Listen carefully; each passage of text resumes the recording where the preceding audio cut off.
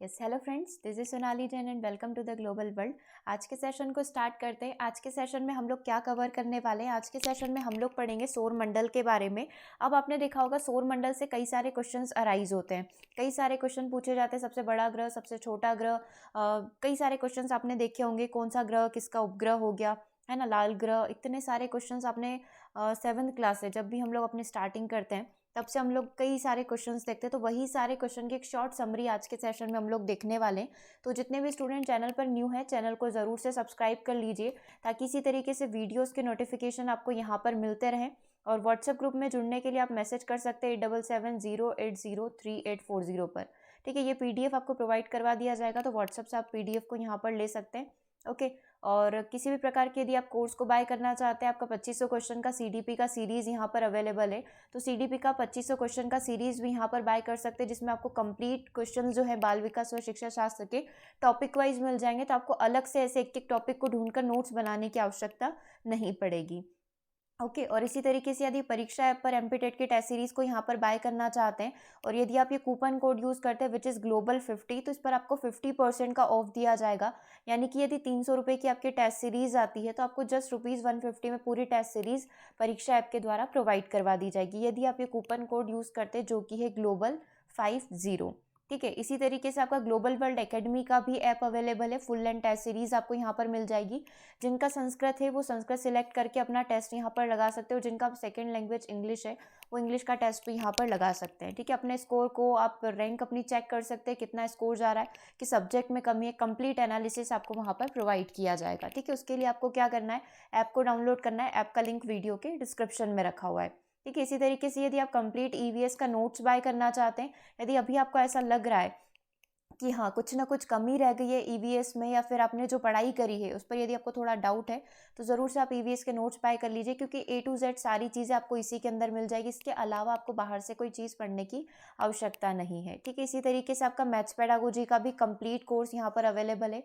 All previous year question with grade 2, याद रखिएगा grade 2 में जिस भी तरीके के क्वेश्चन पूछे गए थे वो सारे कनेक्ट थे आपके हिस्ट्री से। मैथ्स का जितना भी इतिहास था उससे कनेक्टेड है। तो ये सारे क्वेश्चन जो है आपको प्रीवियस ईयर पेपर के, है ना, नोट्स के साथ आपको मिल जाएंगे मैथ्स पेडागोजी कोर्स में। इसी तरीके से आपका हिंदी पेडागोजी का भी कोर्स अवेलेबल है। उसमें भी आपको साहित्य भी मिल जाएगा, शिक्षण शास्त्र भी मिल जाएगा, प्रीवियस ईयर क्वेश्चंस भी मिल जाएंगे। स्टार्ट करते हैं सेशन को।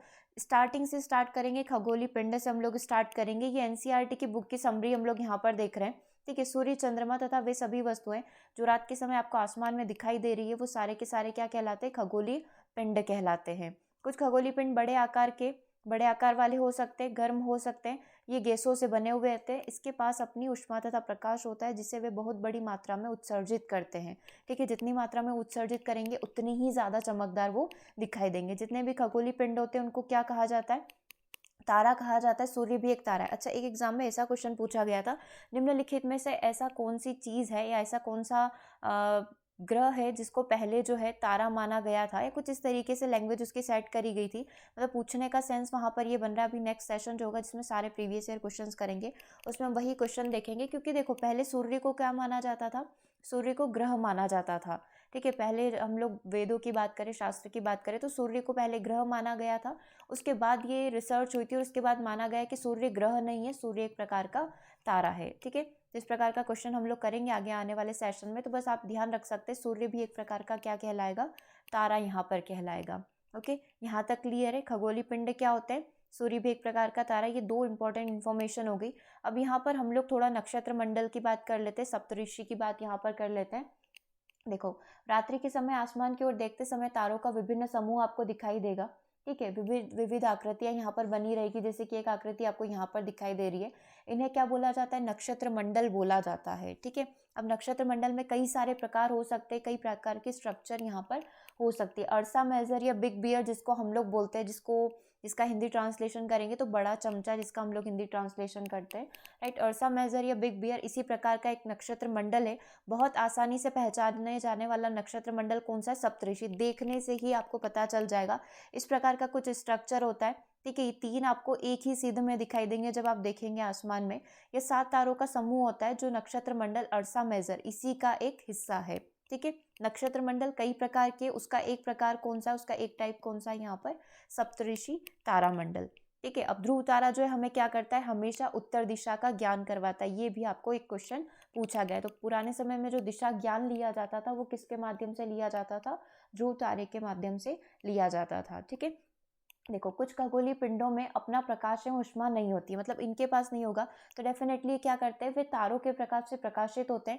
ऐसे पिंड क्या कहलाते हैं, ग्रह कहलाते हैं। मतलब आपने जितने भी देखे, बुध शुक्र हो गए, जितने भी हमारे 8 ग्रह, इनके पास अपना स्वयं का प्रकाश नहीं है, स्वयं की ऊष्मा नहीं है। अब ये क्या हो रहा है, तारों के प्रकाश से प्रकाशित हो रहे हैं। ग्रह जिसे इंग्लिश के अंदर या फिर अंग्रेजी के अंदर क्या बोला जाता है, प्लैनेट बोला जाता है। ग्रीक भाषा के प्लैनेटाइट से मिला हुआ है, इसी शब्द से बना हुआ है, जिसका अर्थ क्या होता है, परिभ्रमक। परिभ्रमक अब हमारा हिंदी शब्द हो गया, जिसका यदि हम लोग अपनी लैंग्वेज में ट्रांसलेशन करें तो इसका मतलब क्या होता है, चारों ओर घूमने वाला।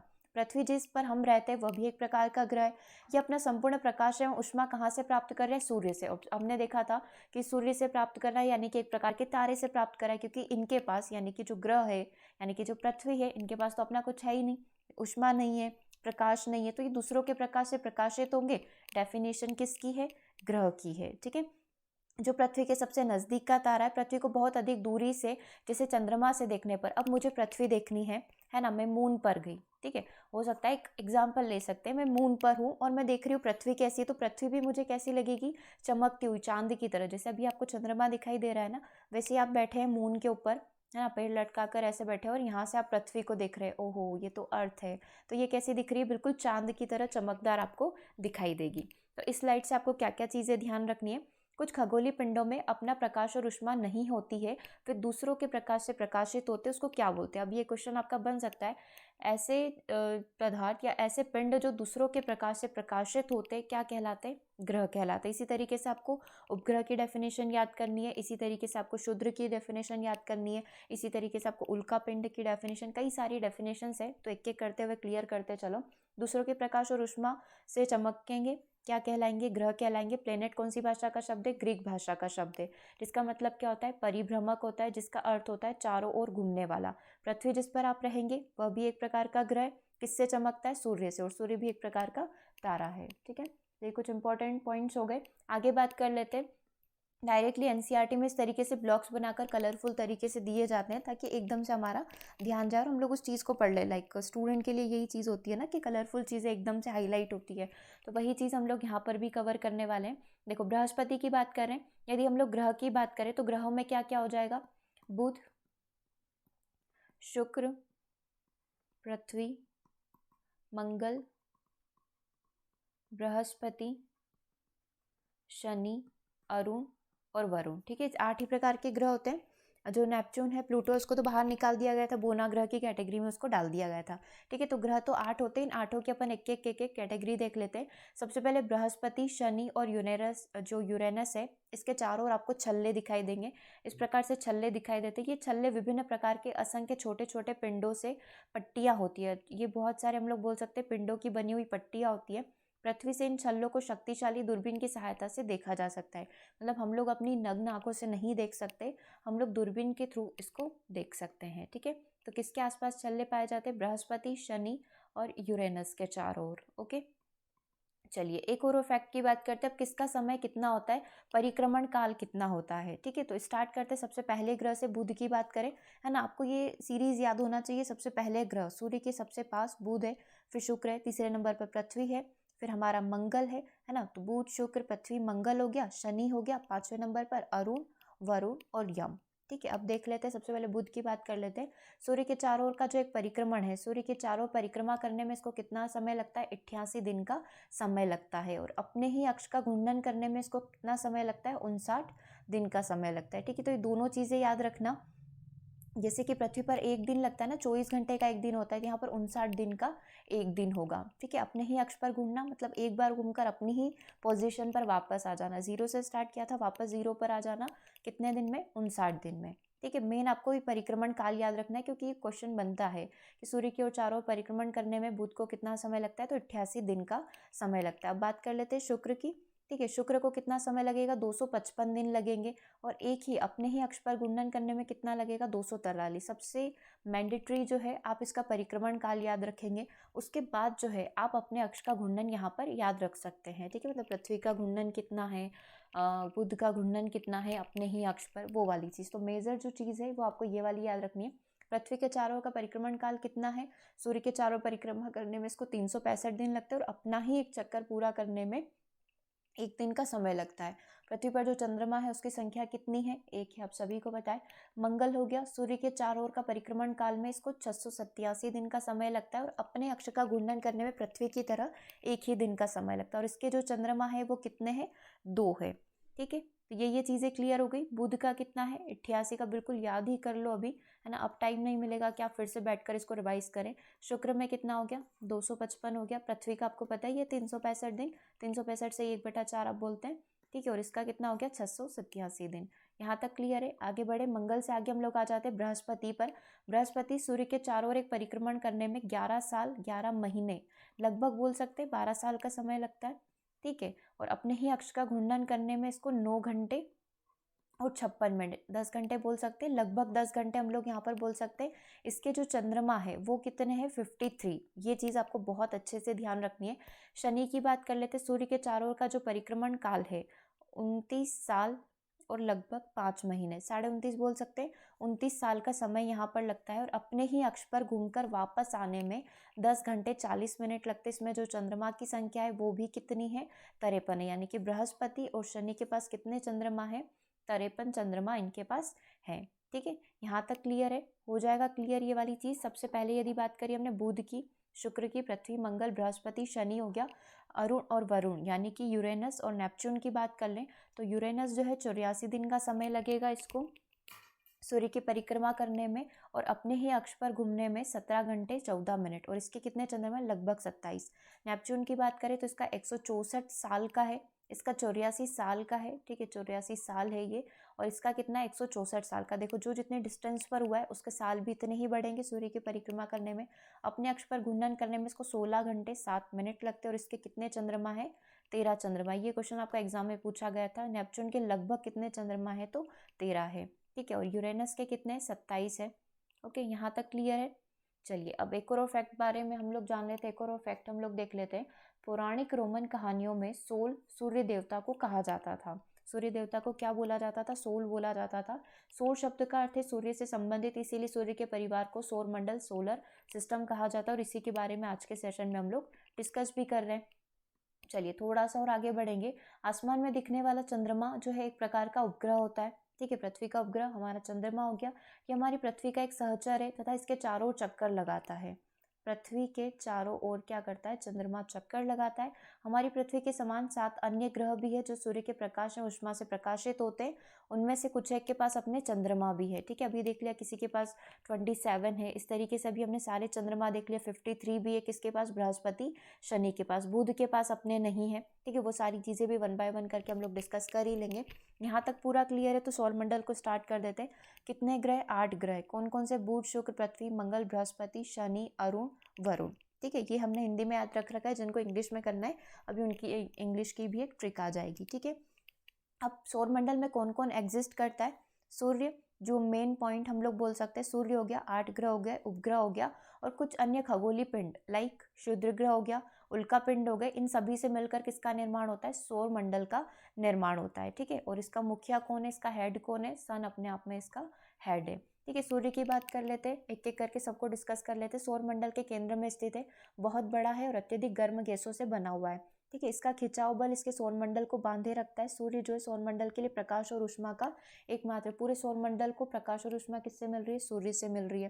ठीक है, लेकिन हम इसके अत्यधिक तेज ऊष्मा को महसूस नहीं कर सकते क्योंकि हमसे काफी दूर है। ठीक है, सबसे नजदीक का तारा होने के बावजूद ही हमसे बहुत दूर है। अब लगभग बोले तो 15 करोड़ किलोमीटर की दूरी पर पाया जाएगा। 14 पॉइंट में आता है ये कुछ, है ना। तो लगभग हम लोग बोल सकते हैं 15 करोड़ किलोमीटर दूर है। ये सूर्य की बात होगी। अभी पूरा इसका स्ट्रक्चर समझ लेंगे। वर्णमंडल क्या होता है, किरीट, कोरोना क्या होता है, उसको भी हम लोग देख लेंगे। ग्रहों की बात करेंगे तो ये 8 ग्रह हो गए, बुध, शुक्र, पृथ्वी, मंगल, बृहस्पति, शनि, अरुण, वरुण या फिर यूरेनस और नेपच्यून। ठीक है, इंग्लिश में देखना है तो यहाँ पर आप मार्स, वी से वेरी आपका यहाँ पर हो जाएगा। ठीक है, इस तरीके से आप इंग्लिश में भी देख सकते हैं। इस तरीके से एक ट्रिक है, my very efficient mother just served us nuts. ठीक है, तो इससे भी आपके सारे ग्रह के नाम यहाँ पर आ जाएंगे। वीनस हो गया, है ना, अर्थ हो गया, मार्स हो गया, जुपिटर हो गया, इस तरीके से आप 8 ग्रह के नाम भी इस तरीके से याद कर सकते हैं, ठीक है। और हिंदी में याद करना है तो आपने कर ही लिया, बुध, शुक्र, पृथ्वी, मंगल, बृहस्पति, शनि, अरुण, वरुण। ओके, चलिए अब एक बात हम लोग यहाँ पर कर लेते हैं। ऐसे बहुत से शब्द हैं जिसका उपयोग हम एक भाषा में करते हैं, ठीक है। लाइक आप यहाँ पर डायरेक्टली आ जाइए कि जो जियोग्राफी है, जियोग्राफी कौन सी भाषा का शब्द है? जियोग्राफी की यदि बात करें तो ये ग्रीक भाषा का शब्द है, जिसका मतलब होता है पृथ्वी का विवरण। मतलब पृथ्वी के बारे में यदि आप देख रहे हैं, मतलब पृथ्वी का यदि स्टडी कर रहे हैं, उसको क्या बोला जाएगा? जियोग्राफी बोला जाएगा, ठीक है। कौन सी भाषा का शब्द है? ग्रीक भाषा का ये शब्द है। किससे मिलकर बना है ये? जी प्लस ग्राफिया से मिलकर बना है। जी का मतलब क्या हो गया? पृथ्वी हो गया, और ग्राफिया का मतलब क्या हो गया? लिखना, ठीक है। तो इस तरीके से जियोग्राफी का जन्म हुआ है। अब इसी तरीके से और भी वर्ड आते हैं, है ना, जैसे कि यहाँ पर बताया गया सबसे पहला वर्ड है जियोग्राफी, ठीक है। उसके बाद हो गया जियोलॉजी, उसके बाद हो गया जियोमेट्री, उसके बाद हो गया जियोइड्स, ठीक है। अब यहाँ पर अगर आपसे पूछा गया कि जियोग्राफी में किसका अध्ययन किया जाता है, तो पूरी पृथ्वी का अध्ययन किया जाएगा। जियोलॉजी में हम लोग मान लें, अच्छा पृथ्वी को कैसे स्ट्रक्चर उसका कैसे बनाया जाएगा, तो पूरा उसको लिखा जाएगा। जियोलॉजी की बात करें तो उसमें पूरा पृथ्वी का, लॉजी का मतलब क्या होता है? स्टडी होता है, ठीक है। और ग्राफी का मतलब क्या होता है? उसको एक पेपर पर लिखना, मतलब पूरा उसका स्ट्रक्चर बनाना कि उसका स्ट्रक्चर कैसा है। जियोग्राफी पूरा उसका स्ट्रक्चर हो गया। लियोजी का मतलब हो गया उसका पूरा अध्ययन करना। मैट्री का मतलब क्या हो गया? मैट्री मतलब मेजरमेंट, मेजरमेंट का मतलब क्या होता है? मापन, ठीक है। ऑइड्स का मतलब क्या होता है? उसके आकार को देखना, ठीक है। पृथ्वी का अध्ययन करना उसके आकार के अकॉर्डिंग, उसका आकार कैसा है, चपटा है ना, किस प्रकार का है, उसके आकार के अकॉर्डिंग उसका अध्ययन करना जियोइड्स के अंदर आता है, ठीक है। तो ये 4 चीज़ें आपको याद रखनी है। ग्राफी मतलब उसका पूरा हम लोग बोल सकते हैं लिखना, उसको किस तरीके से बनाया जा सकता है ना। लॉजी उसका पूरा अध्ययन करना, मैट्री उसका मापन करना, जियोइड्स मतलब उसके आकार के अकॉर्डिंग उसका स्टडी करना, ठीक है। अब एक पॉइंट और हम लोग यहाँ पर डिस्कस करेंगे। रात में आसमान को देखकर मनुष्य हमेशा से मोहित हुआ है। खगोलीय पिंडों उनकी गति के संबंध में अध्ययन करने वाले लोगों को या अध्ययन करने वाले व्यक्ति को क्या कहा जाता है? खगोल शास्त्री कहा जाता है। पूरे खगोल विज्ञान हम लोग बोल सकते हैं सौरमंडल का पूरा अध्ययन किया है, निहारिका, आकाशगंगा, मिल्की वे, राइट, इन सभी को यदि पूरा देखा है तो उनको क्या बोला जाएगा? खगोल शास्त्री बोला जाएगा। भारत के सबसे पुराने खगोल शास्त्री कौन है? आर्यभट्ट है। उन्होंने कहा था कि सभी ग्रह चंद्रमा परावर्तित सूर्य के प्रकाश के कारण चमकते हैं। आज विश्व के सभी भागों में खगोल विधि ब्रह्मांड के रहस्यों की खोज करने, मतलब इस पर रिसर्च हमारी चलती रहती है, ठीक है। आगे बढ़ जाते हैं हम लोग, नेक्स्ट पॉइंट की बात कर लेते हैं। सौरमंडल के सभी 8 ग्रह निश्चित पथ पर सूर्य का चक्कर लगाते हैं। ये रास्ते किस प्रकार होते हैं? दीर्घवृत्ताकार, ठीक है। ये इस प्रकार से, मतलब एक तो कौन सा चक्कर होता है? गोलाकार होता है ना, एक परवलयाकार होता है। तो ये किस तरीके से? इस तरीके से ये गति करते सूर्य के आसपास, ठीक है। अपनी कक्षा में सूर्य के चारों ओर एक चक्कर लगाने में इनको 88 दिन लगेंगे। शुक्र को, यदि बुध की बात करें 88 दिन का समय लगेगा। शुक्र को किसका माना जाता है? पृथ्वी का जुड़वा ग्रह यहाँ पर माना जाता है, ठीक है, क्योंकि इसका आकार एवं आकृति लगभग पृथ्वी के समान है। क्योंकि शुक्र किसके समान दिखता है? पृथ्वी के समान दिखता है, तो उसको इसका जुड़वा ग्रह भी माना जाता है, ठीक है। अभी तक प्लूटो भी एक प्रकार का ग्रह माना जाता था, लेकिन इसको जो है अगस्त 2006 में बाहर निकाल दिया गया और इसको बोना ग्रह जो है उसकी श्रेणी में डाल दिया गया। तो अभी हम लोग बोले तो हमारे पास कितने ग्रह है? 8 ग्रह हैं। यहाँ तक क्लियर है? चलिए आगे बढ़ेंगे। पृथ्वी के बारे में थोड़ा सा डिस्कस कर लेते हैं। सूर्य से दूरी के हिसाब से पृथ्वी तीसरे नंबर पर आता है। पहले नंबर पर बुध है, दूसरे नंबर पर शुक्र है, और तीसरे नंबर पर कौन है? पृथ्वी है। आकार में यह 5वां सबसे बड़ा ग्रह है, क्योंकि सबसे बड़ा ग्रह, आकार की बात करें तो सबसे बड़ा ग्रह कौन है? बृहस्पति है। दूसरे नंबर पर कौन है? शनि है। तीसरे नंबर पर अरुण है ना, और 4th नंबर पर वरुण, मतलब नेपच्यून, प्लूटो हम लोग बोल सकते हैं, है ना। यूरेनस और नेपच्यून, प्लूटो तो बोना ग्रह की श्रेणी में आ गया। उसके बाद हम लोग बोले, उसके बाद आता है पृथ्वी, फिर उसके बाद आता है शुक्र, उसके बाद आता है मंगल। ये भी अभी हम लोग डिस्कस कर लेंगे, है ना, जस्ट एक शॉर्ट में हम लोग देख रहे हैं इसको अभी। सबसे बड़ा कौन हो गया? बृहस्पति पहले नंबर पर, दूसरे नंबर पर शनि, तीसरे पर अरुण, 4th पर वरुण, और 5th पर कौन आ जाएगा? हमारा पृथ्वी आ जाएगा। तो 5वां सबसे बड़ा ग्रह कौन सा हो गया? पृथ्वी हो गया। ये ध्रुवों के पास से थोड़ी चपटी है, इसीलिए इसको क्या बोला जाता है? भूभाग बोला जाता है। यदि हम लोग ध्रुवों के पास, मतलब यहाँ से और यहाँ से बात करें तो ये थोड़ी सी चपटी है, दैट्स वाई इसको भूभाग बोला जाता है। इस आकार को, भूभाग का मतलब होता है पृथ्वी के समान का आकार, ठीक है। जीवन के लिए अनुकूल परिस्थितियां केवल पृथ्वी पर ही पाई जाती है। पृथ्वी ना तो बहुत ज़्यादा गर्म है, न बहुत ज़्यादा ठंडी। वायुमंडल भी पूरा यहाँ पर ठीक है, जैसा एक जीवन जीने के लिए आवश्यक होता है। सारी गैसेस मौजूद है यहाँ पर, और पृथ्वी सौरमंडल का सबसे अद्भुत अनोखा ग्रह इसको माना जाता है। अंतरिक्ष से देखने पर पृथ्वी कैसी दिखाई देती है? नीली दिखाई पड़ती है, क्योंकि इसका 2/3 हिस्सा जो है इस पर क्या है, पानी से ये ढका हुआ है, इसलिए इसको नीला ग्रह के नाम से भी जाना जाता है। ठीक है, ब्लू प्लैनेट के नाम से भी इसको हम लोग जान सकते हैं। ओके, पृथ्वी के बारे में इंपॉर्टेंट फैक्ट क्लियर हो गए। अब प्रकाश की जो गति होती है, प्रकाश की जो चाल होती है, हम लोग बोल सकते हैं यहाँ पर 300,000 किलोमीटर प्रति सेकंड होती है। ठीक है, इस गति के बावजूद सूर्य के प्रकाश को पृथ्वी पर आने में कितना लगता है? 8 मिनट का समय यहाँ पर लगता है। ठीक है, तो ये चीज़ आप ध्यान रखेंगे, ये पूछा जाता है। 8.13 सेकेंड्स कुछ लगते हैं, 13 मिनट कुछ लगते हैं। तो इस चीज़ को यदि पूछा जाए तो आप बोल सकते हैं लगभग 8 मिनट का समय यहाँ पर लगेगा पृथ्वी को, सूर्य के प्रकाश को पृथ्वी तक आने में। ओके, और नील आर्मस्ट्रॉन्ग की बात कर लेते हैं। नील आर्मस्ट्रॉन्ग पहले से व्यक्ति थे जिसने 20 जुलाई 1969 को सबसे पहले चंद्रमा की सतह पर पहला कदम रखा था। तो चंद्रमा की सतह पर पहला कदम रखने वाले कौन थे? नील आर्मस्ट्रॉन्ग थे। और अपने यहाँ से बोल ले तो राकेश शर्मा। ठीक है, चलिए चंद्रमा की बात कर लेते हैं।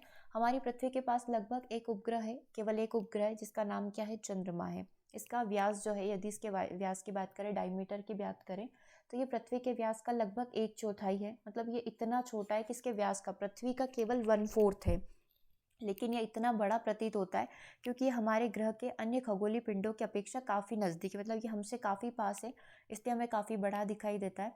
ये लगभग बात करें तो 3,84,400 किलोमीटर हमसे दूर है। ठीक है, तो अब यहाँ से हम लोग क्या कर सकते हैं? पृथ्वी से सूर्य की दूरी और पृथ्वी से चंद्रमा की दूरी की भी कल्पना कर सकते हैं कि कितना ये दूर होगा। तो खगोलीय इकाई के बारे में भी हम लोग यहाँ पर डिस्कस कर लेंगे अभी। तो आप इतना यहाँ पर याद रख लेना कि पृथ्वी से जो चंद्रमा की दूरी कितनी है? 3,84,400 किलोमीटर। ठीक है, बाकी सूर्य की दूरी अभी हम लोग उपसौर और अपसौर के अंदर डिस्कस कर लेंगे। चलिए आगे बात करते हैं उपग्रह क्या होते हैं। अभी सारे ग्रहों के बारे में बात होगी, मेन हमने पृथ्वी की बात कर ली। अब यदि हम लोग उपग्रह की बात करें तो एक खगोलीय पिंड जो ग्रहों के चारों ओर उसी प्रकार चक्कर लगाता है जिस प्रकार ग्रह सूर्य के चारों ओर लगाते हैं।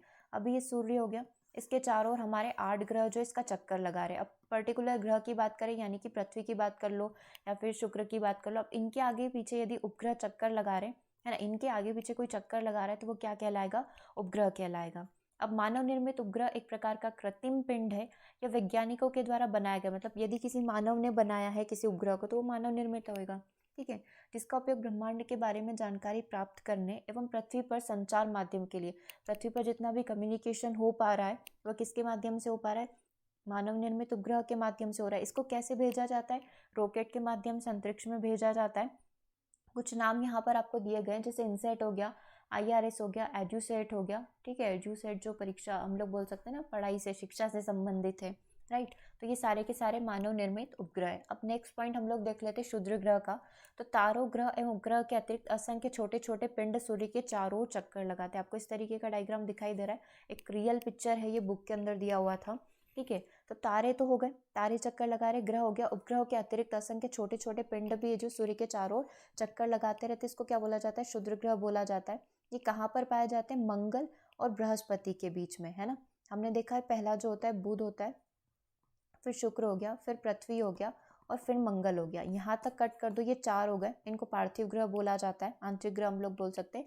इसके बीच में क्षुद्र ग्रह पाए जाएंगे, फिर उसके बाद से आपका बृहस्पति स्टार्ट हो जाएगा। बुध, शुक्र, पृथ्वी, मंगल हो गया, बृहस्पति हो गया, शनि हो गया, अरुण, वरुण हो गया। ठीक है, तो ये बीच में जो पाए जाएंगे वो कौन होगा? क्षुद्र ग्रह यहाँ पर होंगे। ठीक है, वैज्ञानिकों के अनुसार क्षुद्र ग्रह ग्रह के ही भाग होते हैं जो बहुत वर्ष पहले विस्फोट के बाद ग्रहों से टूटकर अलग हो गए थे और वो इस तरीके से हमारे अंतरिक्ष में घूमते रहते हैं। ठीक है, तो ये किसके भाग है? ग्रहों के ही भाग है। नेक्स्ट उल्का पिंड की भी बात कर लेते हैं। सूर्य के चारों चक्कर लगाने वाले पत्थरों के छोटे छोटे टुकड़ों को, अब पत्थर तो इस तरीके से वो चक्कर लगा ही रहे, वो क्षुद्र ग्रह हो गए, लेकिन इस तरीके से उनके छोटे छोटे कण भी होते हैं, उनको उल्का पिंड यहाँ पर बोला जाता है। कभी कभी उल्का पिंड पृथ्वी के इतने नजदीक आ जाते हैं कि इनकी प्रवृत्ति पृथ्वी पर गिरने की होती है। इस प्रक्रिया के दौरान वायु के साथ घर्षण होने के कारण ये गर्म होकर जल जाते हैं, फलस्वरूप चमकदार प्रकाश उत्पन्न होता है। कभी कभी कोई उल्का पूरी तरीके से जले बिना ही पृथ्वी पर गिर जाता है, जिसकी वजह से धरातल पर गड्ढे बन जाते हैं। ठीक है, तो ये उल्का पिंड ही होते हैं जो धरातल पर कई सारे बड़े बड़े गड्ढे कर जाते हैं। ठीक है, चलिए यहाँ तक क्लियर है आपको? उल्का पिंड क्लियर हो गया, क्षुद्र ग्रह हो गया, ग्रह हो गया, उपग्रह हो गया। ठीक है, अब आपने कई सारी पट्टी देखी होगी, अपने अंतरिक्ष को यदि देखा है तो एक सफ़ेद कलर की पट्टी दिखाई देती है। पट्टी क्या कहलाती है? मिल्की वे, आकाशगंगा कहलाती है। हमारा सौर मंडल इसी आकाशगंगा का एक भाग है। प्राचीन भारत में इस प्रकार की कल्पना की जाती थी कि आकाश में प्रकाश की एक बहती नदी से की गई थी। मतलब एक प्रकाश की एक बहती नदी है, इस प्रकार का हमारा अंतरिक्ष होगा। पुराने समय में इस तरीके की थ्योरी चलती थी, ठीक है। इस प्रकार इसका नाम क्या पड़ गया, आकाशगंगा पड़ा। आकाशगंगा करोड़ों तारों, बादल और गैसों की एक प्रणाली है। इस प्रकार लाखों आकाशगंगाएं मिलकर क्या निर्माण हुआ है, ब्रह्मांड का निर्माण हुआ। यदि आप बात करें ब्रह्मांड में क्या क्या है, तो अनगिनत आकाशगंगाएं बोल सकते हैं, नक्षत्र मंडल हम लोग बोल सकते हैं, करोड़ों तारे, है ना, वही बादल हो सकते हैं, गैसों का मिश्रण। तो इन सभी से मिलकर हमारे ब्रह्मांड का निर्माण हुआ है, ठीक है। इसी का हिस्सा सोलर मंडल को माना जा सकता है। चलिए कुछ क्वेश्चन हम लोग यहाँ पर कंप्लीट करें, फिर कुछ क्वेश्चन हम लोग वन लाइनर फैक्ट के अंदर कंप्लीट कर लेंगे। तो सबसे पहले क्वेश्चन की बात हम लोग यहाँ पर कर लेते हैं। सबसे पहला क्वेश्चन आपकी स्क्रीन पर है। क्या बोल रहा है सबसे पहला क्वेश्चन कि किस ग्रह को पृथ्वी के जुड़वा ग्रह के नाम से जाना जाता है। तो पृथ्वी का जुड़वा ग्रह कौन है, जो पृथ्वी की तरह दिखता है। तो इन तीनों में से पृथ्वी की तरह कौन दिख रहा है, शुक्र दिखेगा। तो आपका करेक्ट आंसर यहाँ पर क्या हो जाएगा कि हाँ, शुक्र किसकी तरह दिखता है, पृथ्वी की तरह दिखता है, ठीक है। पृथ्वी का जुड़वा ग्रह कौन हो गया, पृथ्वी की बहन कौन हो गया, शुक्र हो गया। सेकंड, सूर्य से सबसे नजदीक का तारा, सूर्य के सबसे नजदीक का ग्रह कौन सा होगा। तीसरा सबसे नजदीक का ग्रह आपने देखा सबसे पहले बुध है, दूसरे नंबर पर शुक्र है और तीसरे नंबर पर पृथ्वी है, ठीक है। बुध शुक्र पृथ्वी हो गया, फिर हमारा मंगल हो गया फोर्थ नंबर पर, फिर बृहस्पति, फिर शनि, फिर अरुण और फिर वरुण, यूरेनस एंड नेपच्यून, ठीक है। तो यहाँ पर क्या हो जाएगा, तीसरे नंबर पर पूछा था, पृथ्वी हो जाएगा। नेक्स्ट क्वेश्चन की बात करते हैं, सभी ग्रह सूर्य के चारों ओर किस प्रकार से चक्कर लगाते हैं। अभी हमने देखा था वो ऐसे घूमते हैं, किसमें, दीर्घवृत्ताकार, है ना। अगर गोलाकार बोलते तो वो बिल्कुल एकदम से पूरी अपने प्रॉपर रेडियस के साथ घूमते हैं, लेकिन ये किस तरीके से घूम रहे हैं, दीर्घवृत्ताकार तरीके से ये घूम रहे हैं। तो करेक्ट आंसर सी हो जाएगा। चलो नेक्स्ट पॉइंट पर बढ़ जाते हैं। ध्रुव तारे से किस दिशा का ज्ञान होता है। ध्रुव तारे सप्तऋषि तारा मंडल, उत्तर दिशा का ज्ञान हो जाता है, नॉर्थ पोल आपको यहाँ पर पता चल जाएगा। अब क्षुद्र ग्रह किन के बीच में पाए जाते हैं, हमने देखा है कि मंगल के बाद, ठीक है, मंगल के बाद और बृहस्पति से पहले कौन पाया जाता है, क्षुद्र ग्रह। क्षुद्र ग्रह क्या होते हैं, पत्थर के बड़े बड़े टुकड़े होते हैं जो बीच में इस तरीके से ग्रहों के ही भाग होते हैं, लेकिन कुछ समय पहले हम लोग बोल सकते हैं विस्फोट हुआ होगा, जिसके कारण वो उससे अलग हो गए थे, ठीक है। तो ये मंगल और बृहस्पति के बीच में कौन पाए जाते हैं, क्षुद्र ग्रह पाए जाते हैं। यहाँ तक क्लियर है। चलो अब थोड़ा सा सूर्य के स्ट्रक्चर के बारे में देख लेते हैं, है ना। सूर्य की दीप्तिमान सतह को क्या कहा जाता है, यदि हम लोग सन की बात करें, और इसकी जो दीप्तिमान सतह है उसको क्या बोला जाएगा, फोटोस्फीयर बोला जाएगा। प्रकाश मंडल, प्रकाश से ही समझ आ रहा है ना, कि वो क्या होगी, चमकदार होगी। प्रकाश मंडल के किनारे जो होते हैं, इसके जो किनारे रहेंगे, लाइक इस तरीके से हम लोग इसको बना लेते हैं, ठीक है। इसका जो किनारा है वो चमकदार नहीं होता है। अब ये चमकदार क्यों नहीं होता है, क्योंकि सूर्य का जो वायुमंडल है प्रकाश का अवशोषण कर लेगा, मतलब उसने प्रकाश को अवशोषित कर लिया, तो डेफिनेटली अब उसके पास प्रकाश तो है नहीं, ठीक है। इसको क्या बोला जाएगा, जो बाहर वाली लेयर है ना, इसको क्रोमोस्फियर बोला जाता है। इसको क्या बोला जाएगा, इसको वर्णमंडल बोला जाएगा। अब ये किस प्रकार का दिखाई देता है, आपको लाल कलर का ये दिखाई देगा, ठीक है, क्योंकि अब ये रोशनी तो है नहीं, इसके पास प्रकाश तो है नहीं, तो ये चमकदार नहीं है, आपको लाल कलर का ये दिखाई देगा। बेसिकली सूर्यास्त सूर्योदय के समय आप इसको देख सकते हैं। सूर्य ग्रहण के समय जो है, अब बात हो रही सूर्य ग्रहण की, सूर्य ग्रहण के समय सूर्य के दिखाई देने वाले भाग को क्या बोला जाता है, किरीट बोला जाता है, कोरोना इसको यहाँ पर आप लोग बोल सकते हैं। सबसे बाहरी वाली लेयर यदि हम लोग देखें, ये वाली, इसको, है ना, सबसे बाहरी वाली किरीट इसको बोला जाएगा। इससे क्या होता है, सूर्य किरीट से एक्सरे उत्सर्जित करता है, इसे सूर्य का मुकुट भी बोला जाता है। पूर्ण सूर्य ग्रहण के समय किरीट से प्रकाश की प्राप्ति होती है, मतलब आप जब सूर्य ग्रहण होता है तो जब ये पूरी कवर हो जाती है तो आपको सिर्फ क्या होता है, ये जो बाहर ब्लू कलर की लेयर है ना, सिर्फ यही दिखाई देती है, ठीक है। और सूर्य की उम्र कितनी मानी गई है, सूर्य की उम्र मानी गई है लगभग 5 बिलियन वर्ष। तो एक बार से सूर्य का डायग्राम आप देख लो, क्योंकि सबसे आपसे ही पूछा जाता है कि सबसे बाहरी लेयर कौन सी होती है, सबसे आंतरिक लेयर कौन सी होती है, सबसे चमकदार भाग कौन सा आता है। पूर्ण सूर्य ग्रहण के समय आपको सूर्य का कौन सा हिस्सा यहाँ पर दिखाई देता है, ठीक है। तो हम लोग बोल सकते हैं सबसे अंदर का जो भाग होता है प्रकाश मंडल होता है, ठीक है, जो आपको दिखाई देगा। ओके, यहाँ तक क्लियर है, फोटोस्फीयर बोल सकते हैं। उसके बाद कौन सा होता है, वर्णमंडल होता है, जो बाहरी हिस्सा होता है, ठीक है, लाल रंग का होता है। उसके बाद जो लेयर होती है किरीट, कोरोना उसको बोला जा सकता है, और यही सूर्य ग्रहण के समय हमें दिखाई देती है, ठीक है। यहाँ तक क्लियर है, सन का स्ट्रक्चर क्लियर हो गया। उम्र कितनी है, 5 बिलियन ईयर। ओके, अब एक बार से आप ये फैक्ट भी देख लीजिए, यदि हम लोग बात करें आकार की, यदि हम लोग बात करें तो ये किस तरीके के होते हैं, इनका नंबरिंग क्या होता है। तो 8 ग्रह कुछ इस प्रकार है, आपको याद हो गए होंगे अब तो, बुध शुक्र पृथ्वी मंगल बृहस्पति शनि यूरेनस और नेपच्यून। अरुण वरुण की बात हो गई, ठीक है। अब शुक्र और अरुण जो है देखो ये सबसे इंपॉर्टेंट पॉइंट है, आप चाहे तो स्टार बनाकर याद कर लो। शुक्र और अरुण जो है, इसको छोड़कर सभी अन्य ग्रहों का जो घूर्णन है, इनकी जो घूर्णन गति होती है कैसी होती है, समान होती है। और किस प्रकार की होती है, हम लोग यदि बात करें 8 ग्रहों में से एक हो गया हमारा शुक्र और एक हो गया हमारा अरुण। ये किस तरीके से गति करते हैं, ये चलते यदि दिशा ज्ञान हम लोग ले लें तो ये पूर्व हो गया, ये पश्चिम हो गया, ये उत्तर हो गया और ये दक्षिण हो गया। यहाँ तक क्लियर है ना, ये दिशा ज्ञान हो गया। अब यदि हम लोग बात करें किसकी, शुक्र की और अरुण की, ये किस प्रकार से गति करते, पूर्व से पश्चिम की ओर, पूर्व से पश्चिम की ओर, यानी कि किस प्रकार से जा रहे हैं, दक्षिणाव्रत जा रहे हैं। ठीक है, बोल सकते हैं, क्योंकि दो चीज़ें हमको देखनी होगी, एक तो दक्षिणाव्रत जाएगा और एक वामाव्रत जाएगा। दक्षिणाव्रत यानी कि हम लोग बोल सकते हैं घड़ी की दिशा में घूमते हैं। अगर आपसे किसी भी प्रकार से घुमा फिरा कर क्वेश्चन पूछे तो आप याद रख लेना कि शुक्र और अरुण जो है अपने अक्ष पर कैसे घूमते हैं, पूर्व से पश्चिम की ओर घूमते हैं। पूर्व से पश्चिम की ओर घूमना यानी कि दक्षिणाव्रत दिशा में घूमना।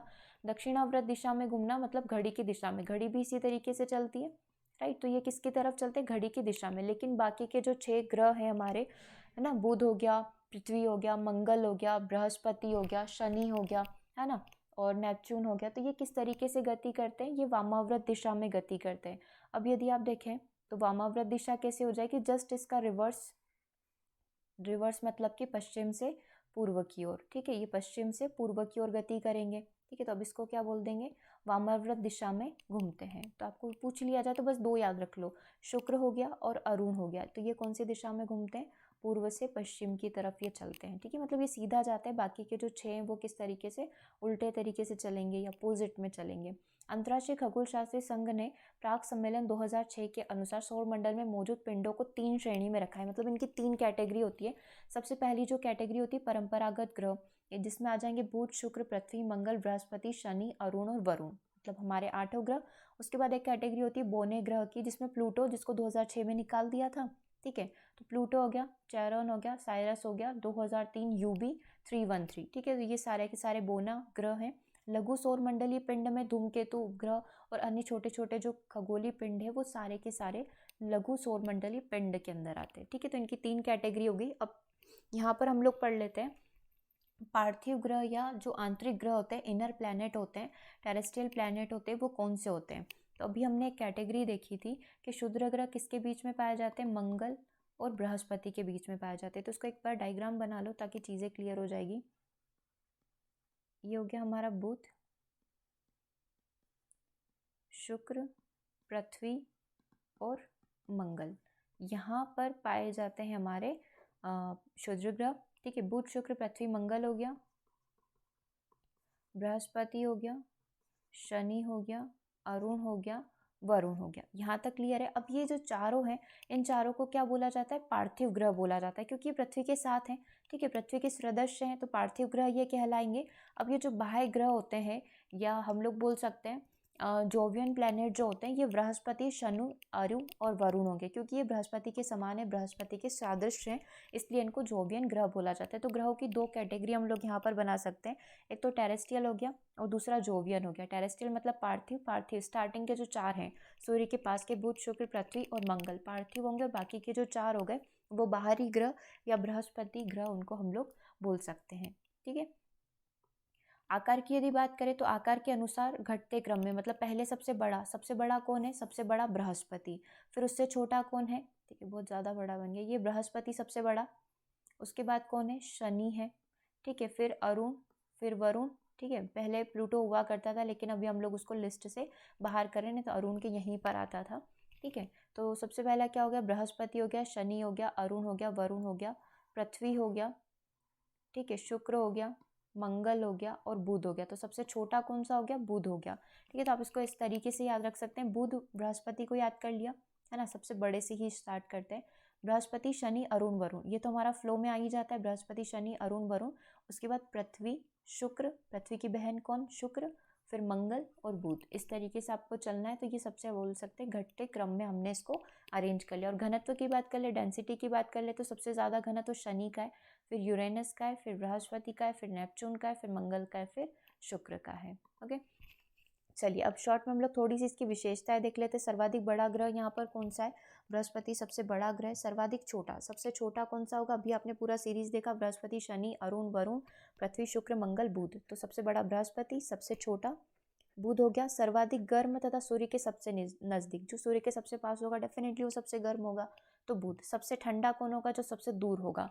तो सबसे ठंडा कौन है? सबसे लास्ट वाला, यम बोल सकते हैं। सबसे ज्यादा चमकीला कौन है? शुक्र है।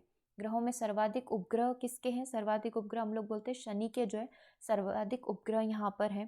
ठीक है, तो सर्वाधिक उपग्रह वाला ग्रह कौन सा हो गया? शनि जो है सर्वाधिक उपग्रह वाला ग्रह हो गया। ठीक है, सौरमंडल का सबसे बड़ा उपग्रह गैनीमेड है।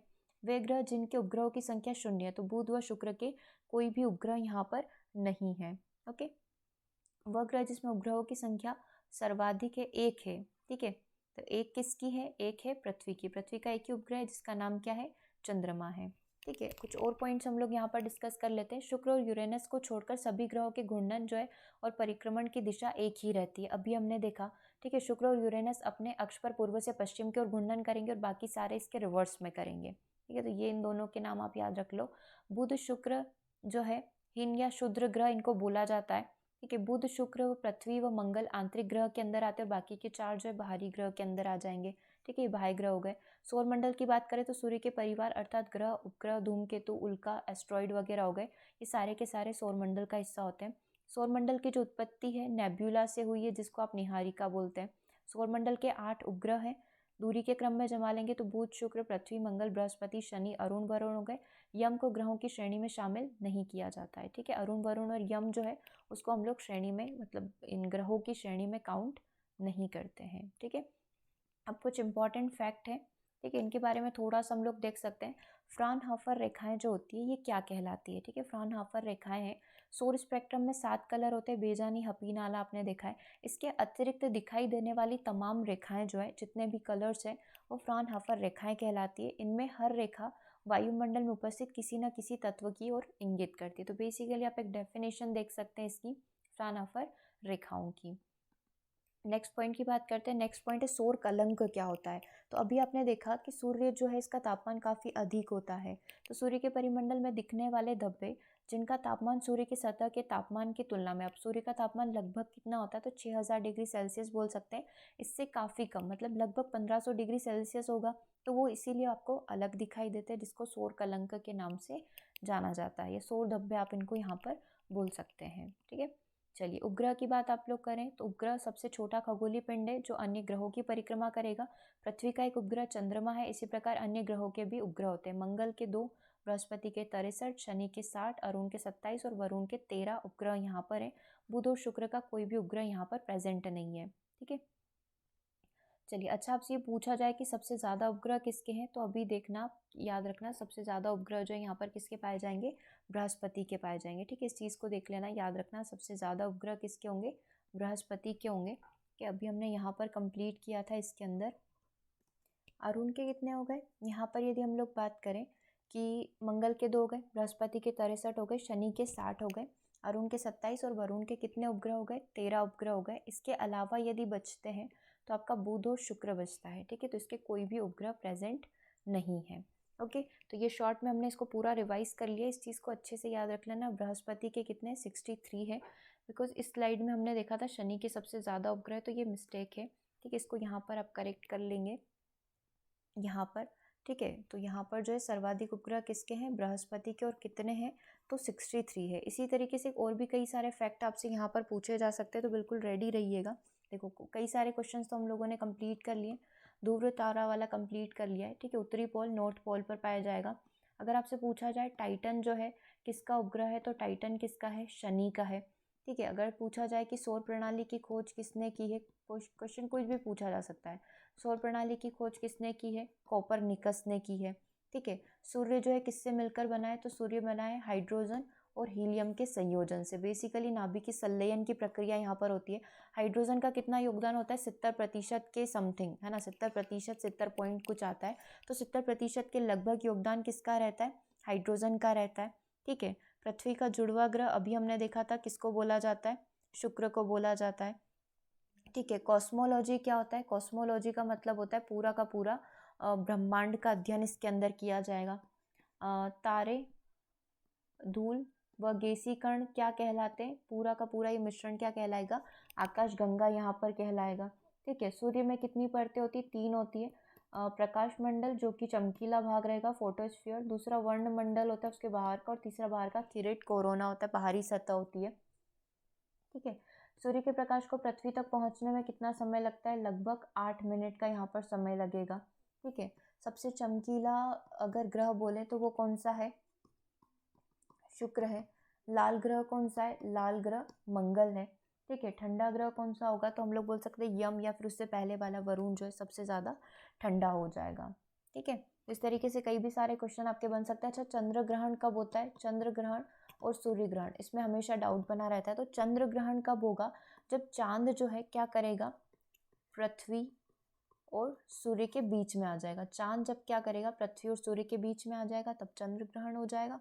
और इसी तरीके से हम लोग बोल सकते हैं कि जब सूर्य ग्रहण की बात हम लोग यहाँ पर करेंगे तो सूर्य ग्रहण किस तरीके से होगा, एक बार हम लोग इसको पूरा डिस्कस कर लेते हैं।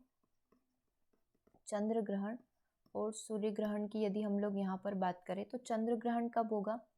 जब पृथ्वी क्या करेगी?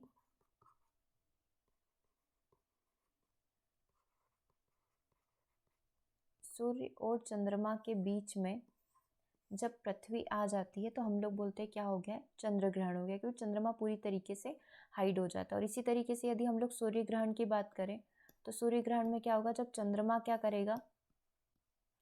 सूर्य और पृथ्वी के बीच आ जाएगा, तो क्या होगा? हम लोग बोल सकते हैं सूर्य ग्रहण यहाँ पर हो जाएगा। ठीक है।